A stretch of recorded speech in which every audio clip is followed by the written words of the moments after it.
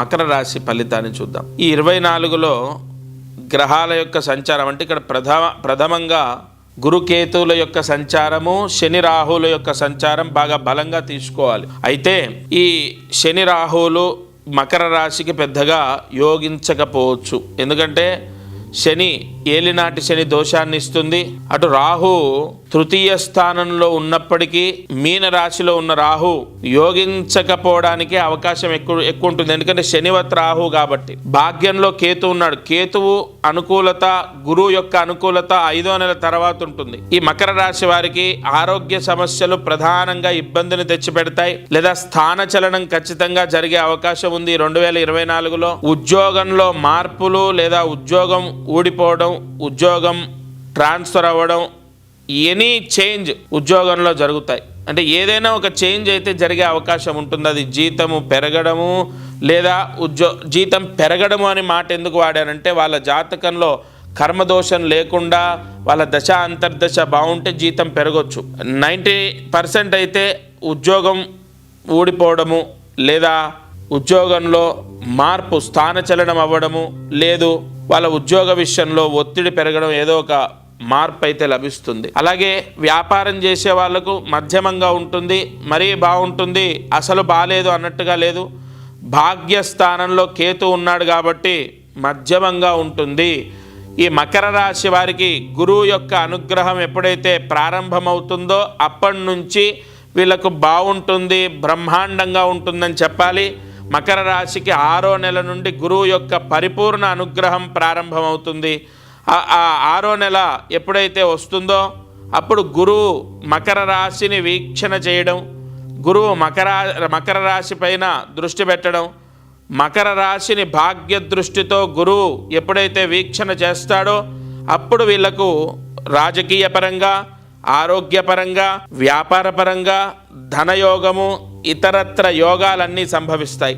అప్పటి వరకు వైవాహిక సమస్యలు రావచ్చు, ఆరోగ్య సమస్యలు రావచ్చు, లేదా చదువులో సమస్యలు రావచ్చు, లేదా రావాల్సిన డబ్బు రాక ఇబ్బందులు పడవచ్చు. 5వ నెల వరకు చాలా యావరేజ్గా ఉంది.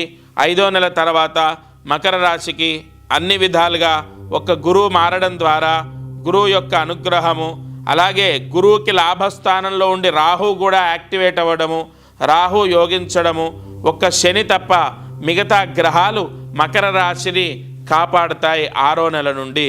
తప్పకుండా మకర రాశి వారు 5వ నెల వరకు తగిన జాగ్రత్తలు తీసుకోవాలి, తగిన పరిహారాలు ఆచరించాలి. ఎందుకంటే గ్రహాల యొక్క దోషాన్ని విముక్తి చేసేది దైవానుగ్రహము. కావున తప్పకుండా మకర రాశి వారు తగిన పరిహారాన్ని ఆచరించడం ద్వారా కొంత చికాకులు, సమస్యలు లేకుండా, ఆర్థిక ఇబ్బందులు లేకుండా, వైవాహిక జీవితంలో సమస్యలు లేకుండా, ఉద్యోగ ప్రయత్నాల్లో ఫలితం దక్కడం, లోన్లు రావడం ఇత్యాది శుభ ఫలితాలు పొందే అవకాశం ఉంటుంది. అందరికీ నమస్కారం. ప్రతిరోజు ఈ కార్యక్రమాన్ని వీక్షిస్తున్న వాళ్లకు గమనిక, మనం చేసే పరిహారాలన్నీ సామూహికంగా అందరికీ చెప్పబడినటువంటివి. ఇక్కడ ఒక విషయాన్ని మీరు గ్రహించాలి. మానవ జన్మ, నేను కానీ మీరు కానీ ఎవరు జన్మనెత్తినా ఒక కర్మదోషంతోనే పుడతాం. ఆ కర్మదోషము విముక్తయ్యి మనకు అనేక కష్టాలు పోవాలంటే జాతకమే దానికి బలమైన ఆధారం. కావున ఎవరైతే ఈ ఛానల్ చూస్తున్నారో వాళ్ళకు విపరీతంగా, అంటే ఈ ఛానల్ చూడండి, దీంట్లో చెప్పిన పరిహారాలు చేయండి, ఓకే, అయినా కూడా మీ కష్టాలు తొలగలేదు, లేదా విపరీతంగా కష్టాలున్నాయి, ఇంట్లో సమస్యలు ఉన్నాయి, అమ్మాయి విషయంలో, అబ్బాయి విషయం, ఇలా అనేక విషయాల్లో సమస్యలు ఉన్నాయి అన్నప్పుడు తప్పకుండా మీ జాతకాన్ని పరిశీలింప చేయించండి. ఈ భూమండలం పైన జన్మించిన ప్రతి ఒక్కరూ వారి జాతకాన్ని చూయిస్తారు చాలా వరకు. అంటే ఇక నమ్మకాలు లేని వాళ్ళు తప్ప. జాతకం చూస్తే అనేక విషయాలు మనకు తెలుస్తాయి. మీరు కింద కనపడుతున్న నెంబర్కి కాల్ చేసి మీ జాతక వివరాలు ఇవ్వండి.